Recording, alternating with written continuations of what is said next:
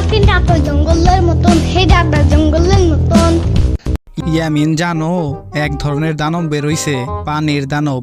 এটা নাকি যাকে দেখে তাকেই পানিতে ডুবিয়ে মেরে ফেলে। আরে ধুর, চুপ থাকো তো। তুমি দেখছো কখনো? আরে না, দেখি নাই, কিন্তু শুনছি ঘটনাটি সত্যিও হতে পারে। এমনি বললো না, আমার হাত বুট বেড়ে যাইতেছে। আরে তুমি হাত বুট বাড়াইও না, আর বেশি ভয়ও পাইও না।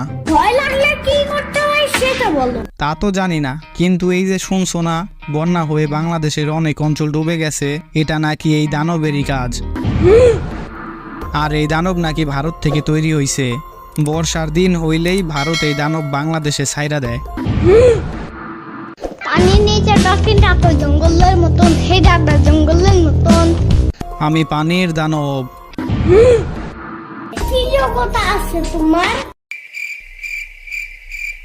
কি দানব হইতে কি যোগ্যতা লাগে নাকি?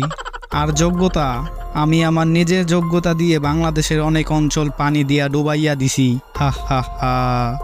ঘুমাইতে যাও তো এখন। কি ঘুম? কিসের ঘুম? আমি ঘুমাই না, আমি মানুষদের পানিতে ডুবাইয়া দেই। হা হা হা হা।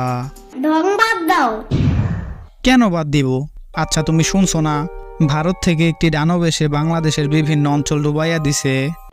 বলছিল তো, বাট কাহিনীটা ভুয়া। ভুয়া না, ভুয়া না, দেখো এই সব কিছু সত্য। ভয় পাও আমাকে, হি হা হা।